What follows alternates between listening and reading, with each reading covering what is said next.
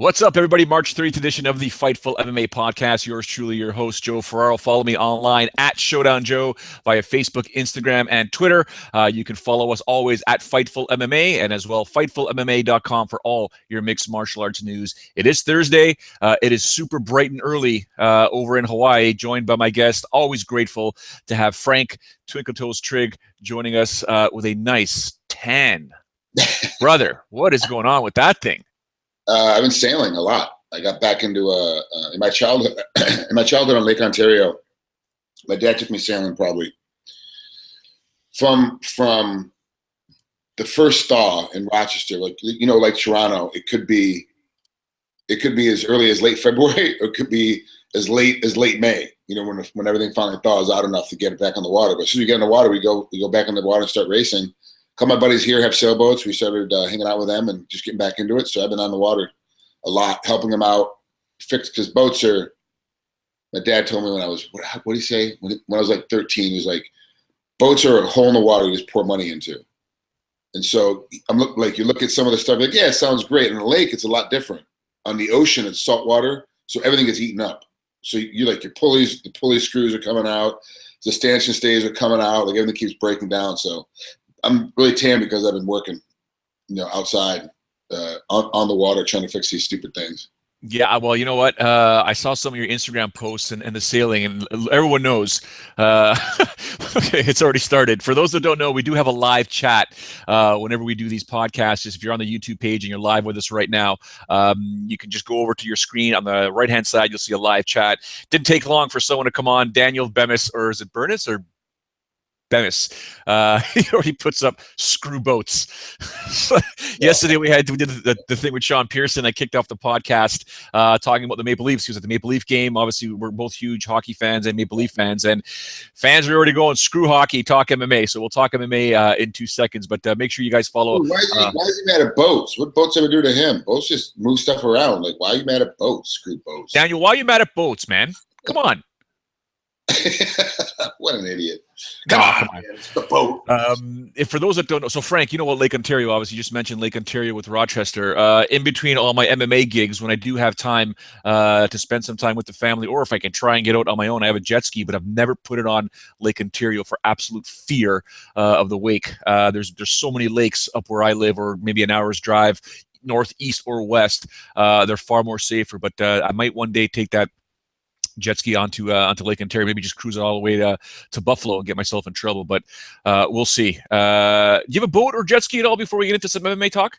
You know what? I don't, and that's the thing that Jill and I were talking about. One of the things you've got to get in Hawaii is you got to get property as soon as you can, because it's an island, so you can't go any wider. Like, you can't make the suburbs go any further deeper, because everybody ends up on the water again. So you only have so far you can go, so everything goes up, right? So now all these, it's kind of like somebody says, kind of like Singapore and Malaysia, where now, because there's no more space, everything's going high. So the first thing we got to do is buy a property here, and then after that, she'll let me start looking at a boat. And of course, she prefers power boats. I prefer sailboats. So you have to find that good mix between the two of it. But yeah, I don't have a boat yet, but I have access to everyone that has lived. All my friends have lived here since they were born. Most of them. Or they've been here for over 20 plus years. So they all have boats, they all have jet skis, they all have.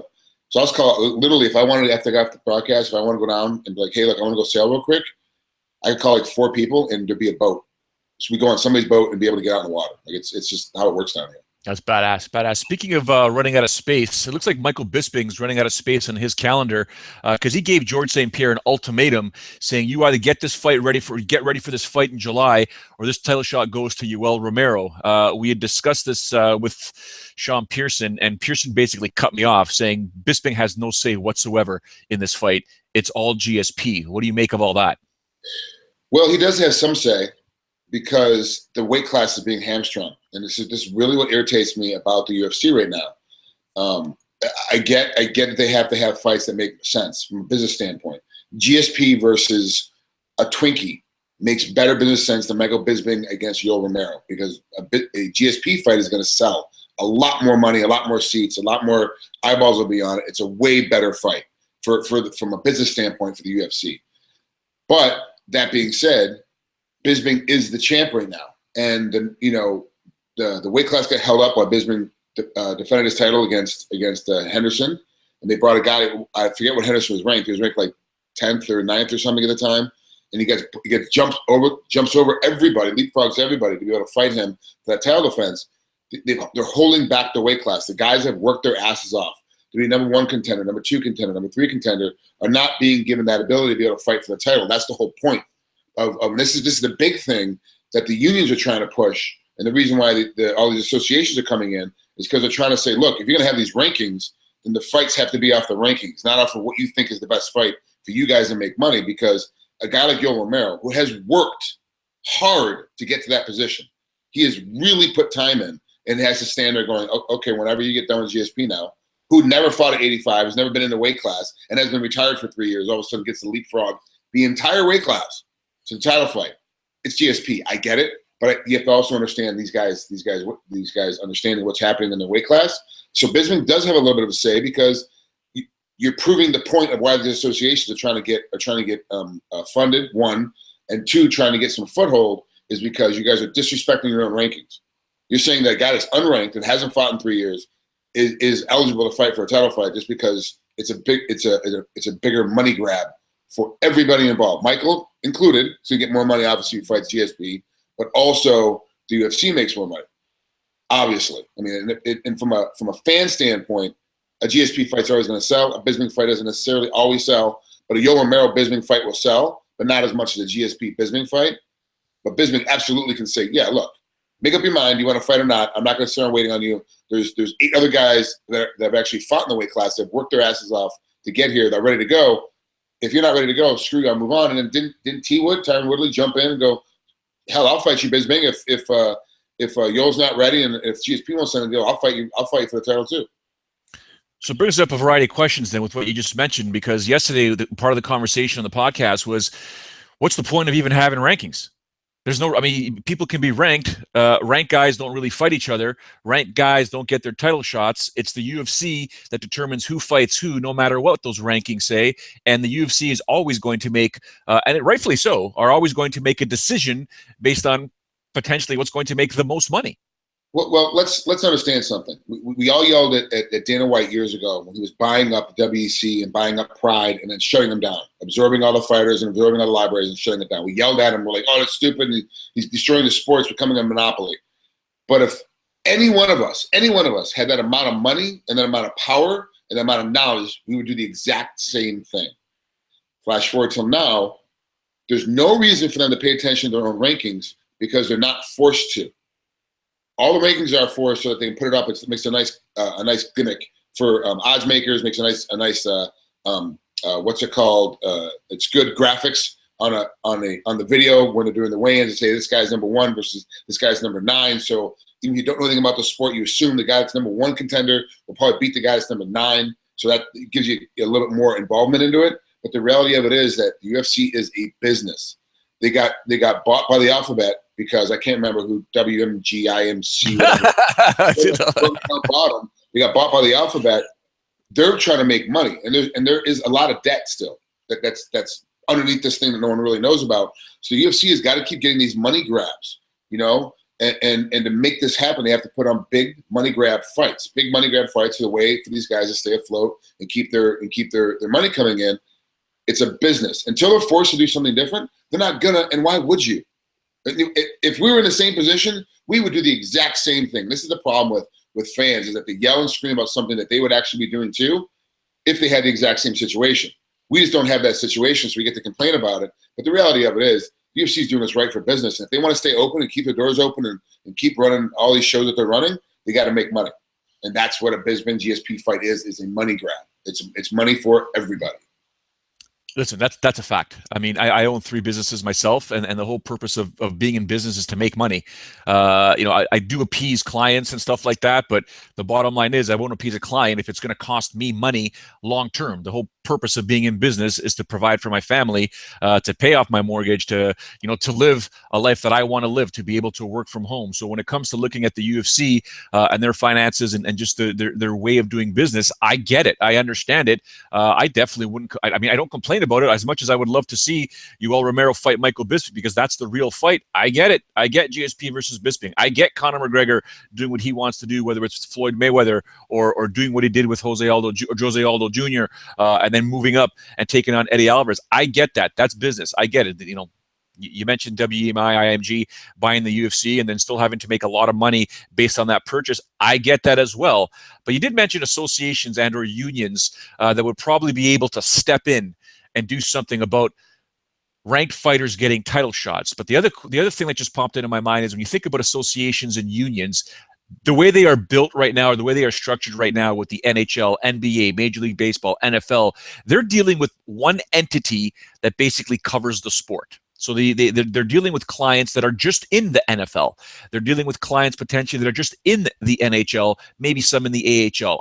I get that. But how could a union or an association from a mixed martial arts perspective, what can they possibly do when their fighters are competing in the UFC and they've got options at Bellator and they've got Ryzen, they've got Titan, they've got all these other options?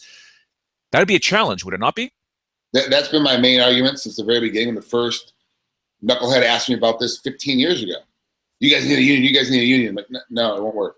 It won't work for individual sports. It just doesn't, because there's too many options out there for too many guys. And so you have to work out a different deal with each one of these promotions. And then what happens when a new promotion pops up? Like Ryzen, how old is Ryzen? Ryzen's been around for what, a year? So you have all these things set up, and all of a sudden, boom, another big promotion pops up. Now you have to renegotiate with this promotion for the fighters to get their equal right. And the thing is that you in the NHL, MLB, NFL, all these guys have league minimums. If you sign with the league, you get a particular minimum. That's what you get to be as part of the league. I forget what it is. I think it was $500,000 for hockey for a while, but I don't know what it is now. But that's what you get. No matter what happens to you, you get that amount of money when you're playing in the bigs, and then when you go down to the minor leagues, you get a different contract. It's a minor league contract. That's just how it goes. Well, so how are you going to negotiate these deals with each promotion? Each promotion that is going to hide all their money, that's going to go off with the amount of money that you can potentially make, which means UFC's going to be paying the lion's share, Bellator next, and then World Series of Fighting, and then down to Titan, and blah, blah, blah. Right? So how is this all going to work? It's not. It's just really not going to work. It's just the thing is that what they're really trying to do is they're trying to go make it fair so competitive competition happens for everybody. Make it more like boxing. Is basically what MMA is doing, is that for years we're trying to separate ourselves from boxing. We go, no, we're not like boxing. We are MMA. But in the reality, the heads, Martha Yukitas, who's the head of California Athletic Commission, she controls both boxing and MMA. Now, in certain states, it's one entity for both. But it's really, if you look at it, boxing and MMA have always been tied together. Now all of a sudden we're realizing, hey, with the Muhammad Ali Act and the way that the boxing does it, the rankings actually make sense. The number one guy versus the champion makes sense, and that happens all the time. It's a great money fight or not. We saw how many problems we ran into when trying to get Pacquiao and Mayweather to fight. It took years to make that fight happen because everyone was going up. Well, there's no reason to make it happen because it was a money fight. You notice these money fights take a lot of work to make these things happen. Look at the rumors of McGregor and Mayweather, right? It's a money grab, but McGregor's not ranked. And so now it's like you have all these other things going on. With the ranking system, like, yes, okay, now next fight is this guy. Okay, I beat number one contender. I'm still the champ. Now I have the number two contender. Oh, no, he's next. Okay, he lost number three contender. So now I have to fight number three contender. It's very simple. It just runs it down. It makes it easy. But having a full union like you think about in NHL or MLB or any of the big leagues, in the big four, is not going to happen from MMA. It just can't happen that way because it's a different structure, different entity. For those tuned in live right now, don't forget we do have the live chat. Feel free to put up your comments, questions, concerns, whatever, to yours truly and Frank Trigg. I will address them as I see them pop on the screen, provided you guys aren't going nuts like you did yesterday, which was actually was awesome. It was hilarious, but I had to moderate accordingly because a couple of arguments ensued, but amongst themselves. And Pearson lost his marbles. I don't look at the chat, man.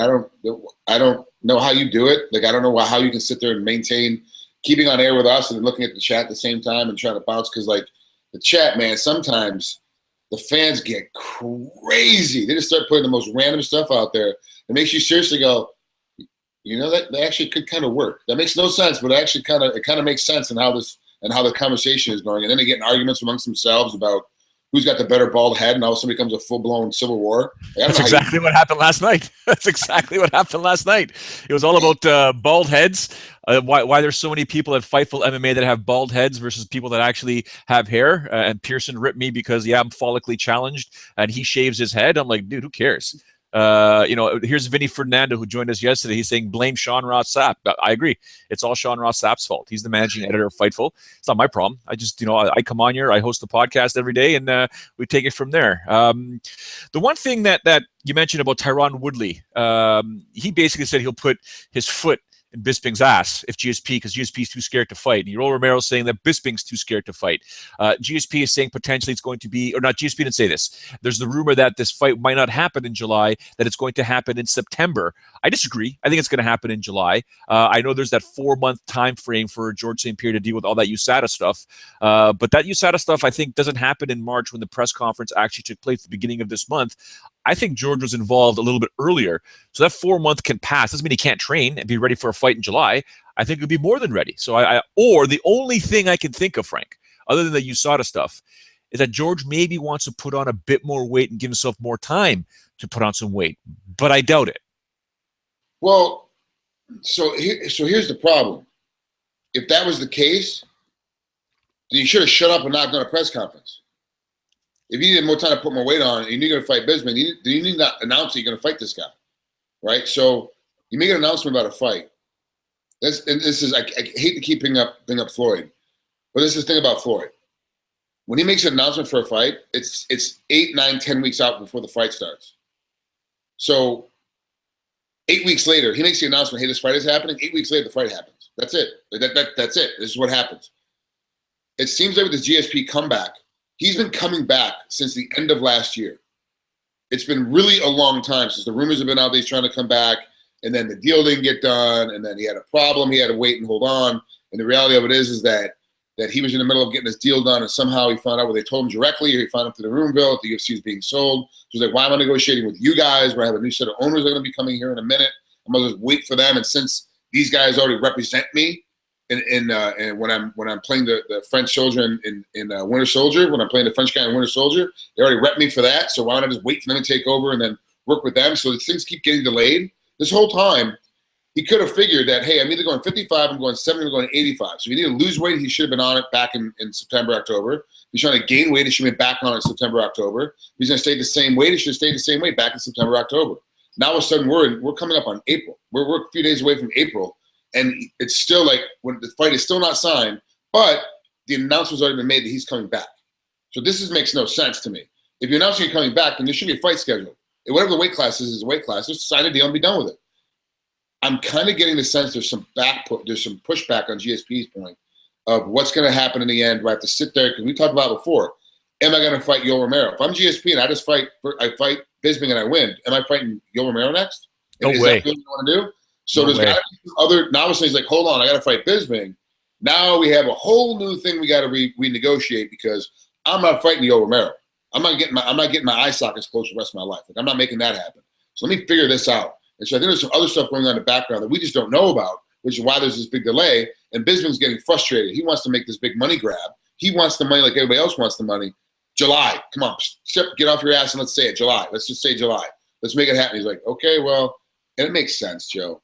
To have GSP come back to an International Fight Week, which is always in July, like why wouldn't you? That's always the biggest card. That tends to be one of the bigger cards of the year for the UFC. Why wouldn't you have him come back then? Why wait till September? What card? What memorable card? I mean, I'm sure there's a memorable card, but you never really think about, oh yeah, September. September for the UFC is really big. You don't really think about that kind of September being a great date for the UFC. It's always a great show, but it's not really a great date. July, because of UFC 100, has established in our minds. July is a big month for the UFC. So it's going to be, Bisping is right. It's going to be in July. If it's going to happen, that's the time that most eyeballs will be paying attention. They've already got locked in 4 days in a row, I believe, at the T-Mobile Center in Las Vegas for that specific event. So it just makes sense. To everybody involved, it makes sense to have it in July, but what's happening behind the scenes we don't know about. Is there pushback because they're trying to figure out, am I going to get bent in half by Yoel Romero? Am I going to have to go back down to 170? Like, what's going to happen? So I'm sure that part of it is what's going on because I can't see GSP not signing, not wanting to sign after making this big announcement he's coming back. Doesn't make any sense to me. Of course. Yeah, like I said, I think that fight's going to take place in. I think it's not mandatory, but pretty much mandatory to have Yoel Romero on that card as well, because he's the next guy, or he is the guy that should be getting the championship fight or the title shot after that, or whoever beats him if it's a quote unquote higher ranked opponent. I'm a huge fan of whenever the UFC does title fights as a main event and then have the number one contender, if available, also compete on that same card. But what do you do with Yoel Romero? Because the guy that he should be fighting potentially in a rematch is Jacare, and Jacare is already booked. So it's going to be a tough call for the UFC if they don't put him on there. But I'd love to see him fight on that same card. Well, I love that too when they do that. When they do that basis of the number one contender and the champ fighting on the same card and showing, okay, this is the next guy in line, like whoever it is. The problem is that we said at the beginning of the podcast, rankings don't matter. So obviously we have this guy. It's a great visual effect. Oh, number one guy versus is fighting just before the champ comes out and fights, and we get to see, okay, Yoel Romero just beat Jacare, or Jacare just beat Yoel Romero, and now we get to see who's going to be GSP, who's going to be Bisping. We get to see what happened. We get like that one night gives us a definite ending of the weight class. It lets us know this is what's next. But the reality of it is, it doesn't matter. It doesn't make any difference. So him not fighting Jacare isn't that big of a loss. But him being on the card, I agree, he has to be on the card. But they have to find somebody that's going to challenge him visually, that's going to make it look like a great fight, and make it look like whoever is the champ, whether GSP or Bisping, is going to have a tough time with Yoel Romero, as they're doing a disservice to Yoel Romero. They're not giving him the bump or the push that he needs to make it to the next level. So they're in a situation too where it's really hard.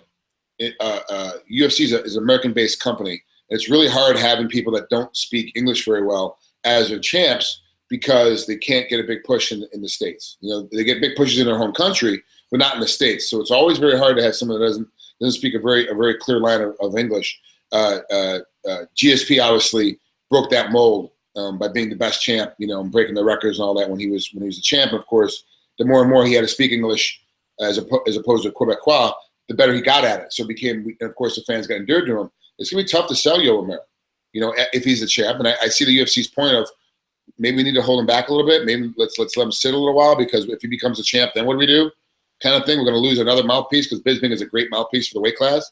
But I agree, he's got to be on that card. Jacare is booked. Who are we going to put him with? Where does he go next? I mean, it's like you can't put him with anybody that is going to make him. Well, you could. I mean, you could throw him to the wolves and put him with somebody that's probably going to beat him. But then, really, who else in the weight class can kind of maintain who he hasn't beat yet, that has a name, has a recognition, that actually makes an interesting fight? Off the top of my head right now, sitting here, I can't think of anybody that's a great fight for him besides Jacare. And I agree. TJD Fins for Life, dropping some F-bombs in the chat if people want to see it. He's basically saying expletive GSP, 3 years is a long time, and he got his ass handed to him by Hendricks, who's on the tail end of his career right now. Bisping versus Romero first. I agree, but it's also GSP, who I believe is a special athlete and potentially can prove that he could be a force and defeat Michael Bisping and put a second title around his waist. First, obviously, when he was a welterweight champ. Second, becoming only him, BJ Penn, Randy Couture, and Conor McGregor to be fighters champions in two separate divisions. Ole Sammy says George should get an acting coach and be a Hollywood movie star now. He does have an acting coach. He probably wants to be a Hollywood star as well. But TJD Fins for Life wants to know, why is the UFC giving Kelvin Gastelum a Legends Tour, and what the F is going on with Chiesa? Get him fighting. Well, Kelvin Gastelum asked for Anderson Silva. He got Anderson Silva. I get this Legends Tour thing. Not many people are happy about it. As for Chiesa, there are rumors that he's fighting Kevin Lee, and that might be the main event for that Oklahoma show where Johnny Hendricks is competing against Tim Boach. Excuse me. And BJ Penn's taking on Dennis Seaver. Your thoughts on all this? Well, who's the first one we're talking about? Not Chiesa, the other one. Kevin Gastelum. Gastelum, people forget that Anderson Silva is ranked higher than Gastelum in the weight class. If you go back to the rankings again, he's like, these guys are ranked higher than me. Of course I want Anderson Silva. It's a big name. It's a guy that's got a huge reputation. He used to be pound for pound the best fighter in the world. And I got a shot to beat him, and he's higher ranked than me. So he keeps beating these guys that are higher ranked than him. Why keep picking on these old guys? These old guys are doing better than me in the weight class than I am. So why wouldn't I call it the old guys?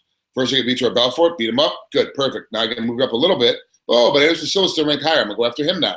So he keeps moving his ranking system up. It makes sense from Kevin's standpoint to call these guys out because he's at the perfect time to beat these guys. He hasn't had that much experience at 185, so not a lot of time for him to look at him at 185 and see how he's a fighter for them to train for him. There's tons of footage on everyone he's fighting. You know, we're talking 30, 40 matches for him to look at to make a decision on how he's going to fight these guys. So it makes perfect sense. And I'm pretty sure that the Chester Kevin Lee deal is if it's not done, is about to be done. And for that fight, because it's I don't know why Chester was sitting back for so long. Great fighter. I have no idea why he's sitting around, but definitely deserves to be a main event. No, you think it should be a main event because we were talking about it yesterday. Even Pearson said, "Yeah, I could see it being the main event because you got to promote these guys on fight nights." My theory was I would have put Johnny Hendricks in that main event only because he's from Oklahoma. But you know, you can obviously debate that back and forth. But you like that as a potential main event, Kevin Lee versus Michael Chiesa? I do like that as a main event because kind of how I see what they're doing with the television. The pay-per-views are the big shows. That's the big show. And then you have these fight nights, which is to promote because more eyeballs get on fight night because it's an easier channel to get a hold of. It costs less money when you have it. That you get on these fight nights, and it becomes a situation where I got to push the next set of guys. So what am I going to do? I got to push these next set of guys. And for me to push these next set of guys, I've got to give them a platform. It's on a fight night, so the fight nights are push the next level guy. You're looking at Seaver and BJ Penn. Neither one of those guys are going for a title shot anytime soon. They're not. Their careers are basically done. They're not ever going to be back on that title. I could be wrong. They could win a couple here and there, and then of course, you know, the UFC doesn't care about rankings, so they'll leapfrog over somebody and get a shot. But the reality of it is that it looks like they're pretty much done. I mean, BJ's on what, a 4-fight losing streak, 5-fight losing streak. Like he's not doing very well at all. He's basically getting smashed around. Hendricks at 85 against another 170-pounder that had to move up to 85. So you're looking at a situation where do you really want to give these guys pushes, give these guys bumps? Hendricks is going to sell tickets in Oklahoma because he's from Oklahoma. That's just how it's going to work. Like it doesn't make a difference where he is in the card. He can be first on the Fight Pass prelims, and they're still gonna go ahead and have him come in, and he's still going to make a lot of ticket sales just because his name is on the card. But of course, because Johnny Hendricks, you have to put him up a little bit higher in the main event. But I still think that Kevin Lee and the Chester fight is a much better fight to have as a main event because it helps bump up the next generation of guys. And stylistically looking at these fights, that's of the 3 fights we just mentioned, that's the most exciting fight, really, of what these guys are going to do. Everybody else is going to slow down come middle of the second round. A lot of talk right now in the chat about Francis Ngannou. Who would you put him against next? Obviously, I would have much rather seen him fight Alistair Overeem or Fabricio Verdum. Unfortunately, Alistair Overeem and Fabricio Verdum are fighting each other again for the 3rd time. That'll be going down in July. Ngannou's options are slim right now because above him in the rankings are Junior Dos Santos, who's taken on the champion, and Stipe Miocic. The only other option, number 2, is Cain Velasquez, and we don't know when Cain Velasquez is coming back. If you go down the rankings, Mark Hunt, he'll be taking on Derek Lewis. That's next. Ngannou's already defeated Arlovsky. Brown is coming off a loss to Derek Lewis. There's Stefan Struve, Alexander Volkov, Tim Johnson. There isn't many options right now for Ngannou because that one option, I believe, was Overeem or perhaps Verdum, is pretty much gone right now. So what do you do with Ngannou? Well, it depends. What's this? You have to ask these guys too. And this is the other thing that when you have 500 or so athletes on your roster and you got to get these guys fights, how often does he want to fight? That's another question you have to ask him. He might be okay sitting around for 8 months and not fighting for 8 months. He might be okay with that. Or he might be like, I got to fight 4 or 5 times a year. Like, this is just, it depends on who. Like Derek Lewis, after his last fight with Travis Brown, he walked off, don't talk to me for 4 months. Don't anybody talk to me for 4 months. I'm taking some time off. I'm going to relax. If it was 45 days later, I don't think it was that long, to make an announcement for his next fight. You're like, I thought he wanted off for 4 months. He's like, hey, man. He got home, had to give his money all to his girl, and had the other little spendable income he had in his back pocket. He's like, I'm running through my money. Like, man, you got to put me back to work. I got to get to work again. So you got to figure out, what's Ngannou going to want to do? Does he want to fight a lot? If he wants to fight a lot, he's kind of really in a position where if he wants to be active, he's got to suck it up and go down the rankings. Now, I want to see him. I thought a Mark Hunt fight would be great. And be able to celebrate Mark Hunt as well and make a decision whether Mark is still in the game or if he needs to move on to something else, and get out of the way. after that loss, the way he lost to Overeem. But yeah, but Hunt's already booked up too. So now what do you do with this guy? You got to start moving him down. At that point, you're like, close your eyes and point, because these other guys are so far beneath him in the rankings, it doesn't matter which one he fights, because if he loses, it's all the same. He's so far, he's gonna get moved so far down. It's lost all the momentum he has right now. But if he maintains and wins this fight, it's just another fight. It kept him active, and it gives him more time to be on the mic. It gives him more time to be in front of the camera, which helps push his position up for the next time when they need a guy to move up, higher up, either jump up to number 2 or fight the champ if somebody else gets hurt. TJD Fins for Life wants to know about Ngannou versus Struve. I don't know if that fight would take place. I think it potentially could, but they do train together. It's not the Black Zillions anymore, but they trained at least in the same room. That I know for a fact when I go down to do Titan FC shows in Florida. Ngannou versus Lewis is another option he suggests. Unfortunately, Lewis is already fighting Mark Hunt. I would love to see Ngannou versus Lewis, especially if Lewis defeats Hunt. We'll see. I know he also mentions Curtis Blades wants a rematch. I don't think Curtis gets that rematch anytime soon. There is talk on the chat right now of Mighty Mouse. And why isn't Mighty Mouse competing at 135 and or 145? First of all, he won't fight at 145. At 135, I could understand it, but he's a lot smaller than the guys at 135, as crazy as that only 10-pound difference may sound. Mighty Mouse's goal right now is to become that one champion who's defended the title the most, who's been the champion the longest, who's held the belt the longest. He's got Wilson Hayes coming up next. After that, I know we have to wait for Sergio Pettis to take on Henry Cejudo, and I don't think Sergio Pettis right now will be able to defeat. I know I'm jumping past Wilson Hayes. I shouldn't do that, but I don't think Sergio Pettis can defeat Mighty Mouse just yet. My thoughts on Mighty Mouse would be if he does defend his title versus Wilson Hayes, and if they do give Pettis a title shot, should he defeat Cejudo, the only guy that's going to beat Mighty Mouse at 125 is Father Time, and a fighter right now in his early 20s who's coming up, and when he does get that title shot, Mighty Mouse would be, in his mid to late 30s, will have a much better opportunity. A guy that comes to mind right off the bat is a guy not even in the UFC, in Jose Shorty Torres, who's the Titan FC featherweight champ, flyweight champ. That's something that I could see happening at a later date, a much later date. But in terms of Mighty Mouse, and this is a guy that's not going to be fighting on pay-per-view unless it's a co-main event, what do you do, Frank? Because I'd like to see him fight Cody Garbrandt eventually if Cody Garbrandt defeats TJ Dillashaw. I think I have a real hard time with the treatment of Mighty Mouse. I have a real hard time with it. He has completely decimated the weight class 3 times now. He's gone through the entire weight class like 3 times. When Anderson Silva did the exact same thing, they were all over him. They were pushing him everywhere. They were doing whatever they could to get Anderson Silva in front of the mic. They're not even remotely doing that with Mighty Mouse or with T Wood for that matter. It's a little strange to me that you have the pound for pound best fighter in the world who is coming up. I think the next fight breaks the record. If Mighty Mouse wins, the next fight tie the record. I think it breaks the record. I'll wait. I think Sean Ross Sapp, who's talking to the third person right now on the chat, will probably let us know in a moment. I think it breaks the record. That freaking guy. So no. Hold on. No. Doesn't it? But then if GSP wins, doesn't he tie the record? If he beats Bisping, so aren't they both neck and neck now? Mighty Mouse and GSP. So GSP wins. Yeah, I think you're right. Mighty Mouse wins till GSP wins. If GSP wins, and they're tied again. It's like that leapfrogging game. Anyway, it doesn't matter. So you've got a guy in this level. He's at this level, and we're over here talking about a comeback from a guy that retired 3 years ago. We're arguing, and now he's fighting in a weight class. He's not even never fought him before. This is the main point of this conversation of this entire podcast was GSP. But Mighty Mouse has got a fight that he's already signed for that's coming up, right? Am I wrong in this? Or am I talking out of my ass? So he's got a fight coming up, right? Mighty Mouse does? Yeah, against Wilson Hayes. Yeah, and he's already signed for it, right? It's done. It's it's inked. It's got a date. It's got a venue. Yeah. It's all to go. All that's done. Kansas City. Why are we talking about GSP? Why are we talking about GSP? This is still fictitious. Mighty Mouse is the best fighter in the world right now. He is the best fighter in the world, and we're still talking about GSP's comeback.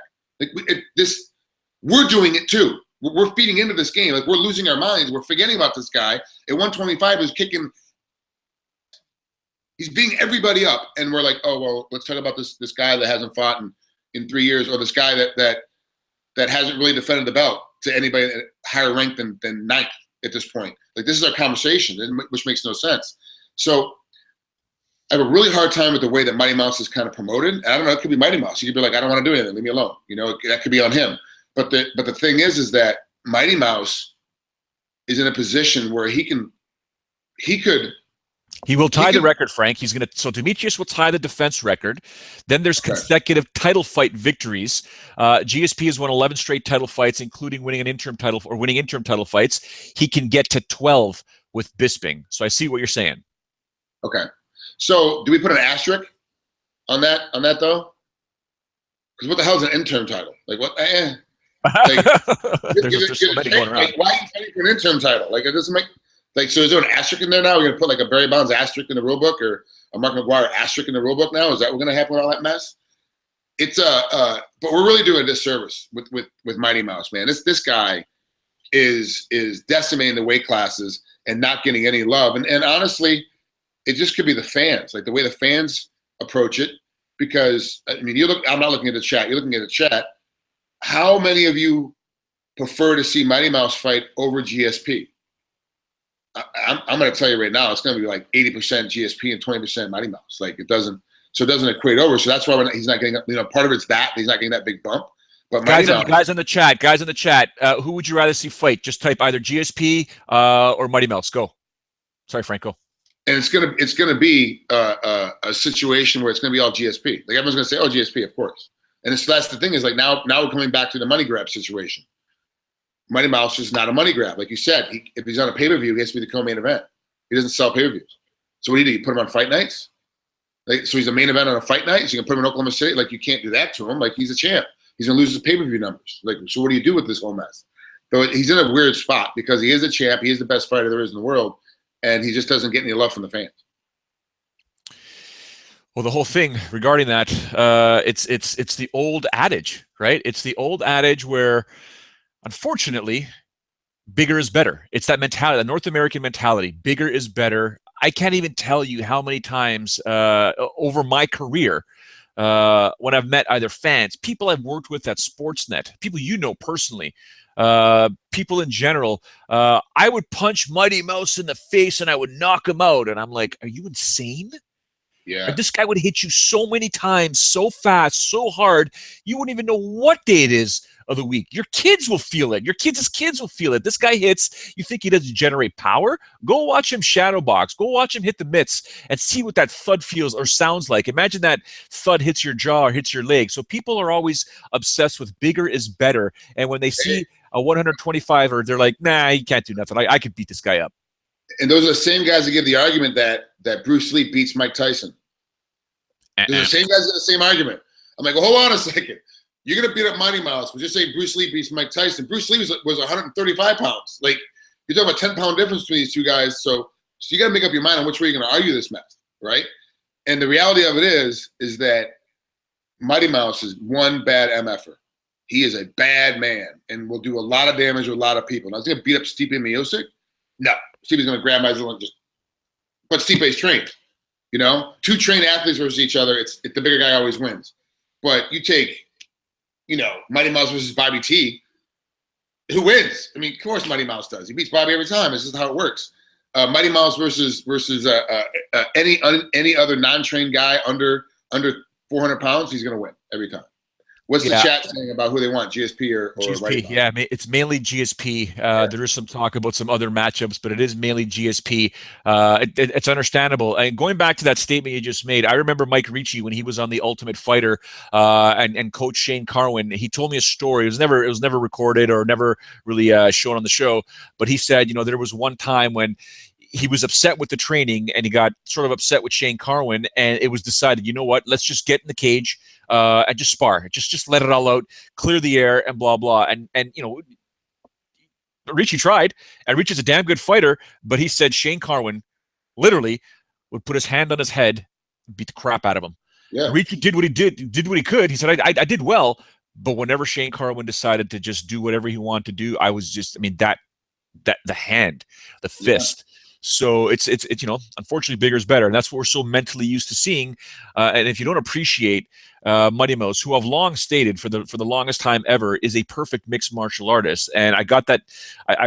I'll never forget. I've seen him 100 times as a shadow box and fight and stuff like that, and just be in the gym with him. But the one time I noticed it was in Vancouver when he was competing in Vancouver, and we had the whole media workout, and just watching him warm up, and we were talking, and I said, no, go do your thing, and he's always, he throws the pitbull thing at me all the time and blah, blah. And then just watching him just do his technique and the perfection that this guy has in the way he executes his technique. And then he does it in the actual form of combat. I mean, the guy is just so perfect, but he's a small guy. He's 125. What are you going to do? That's just how it works. I mean, that's unfortunate for Mighty Mouse, but he's just got to keep doing the best that he can with what he's got. And unfortunately, it's always going to be, a Bisping mouthpiece or a GSP mouthpiece, and that's just how it's going to work. All right, man. We're going to wrap this up. Anything you want to say before we let you go? Because I'm sure you are. Guys on the chat, thank you so much. Really, really appreciate you guys coming on there. You guys make this podcast fly whenever you're on here. But Frank, it's going to be a long time. 7 days between you and I. It's emotionally heartbreaking for me. But I don't even bust your chops anymore via text. I just got to go on your Instagram and live through you, this damn sailing stuff. But what do you got going on, acting-wise, stunt-wise, life-wise, over the next 7 days before we see you? Big show coming out. I just found out it's Inhumans.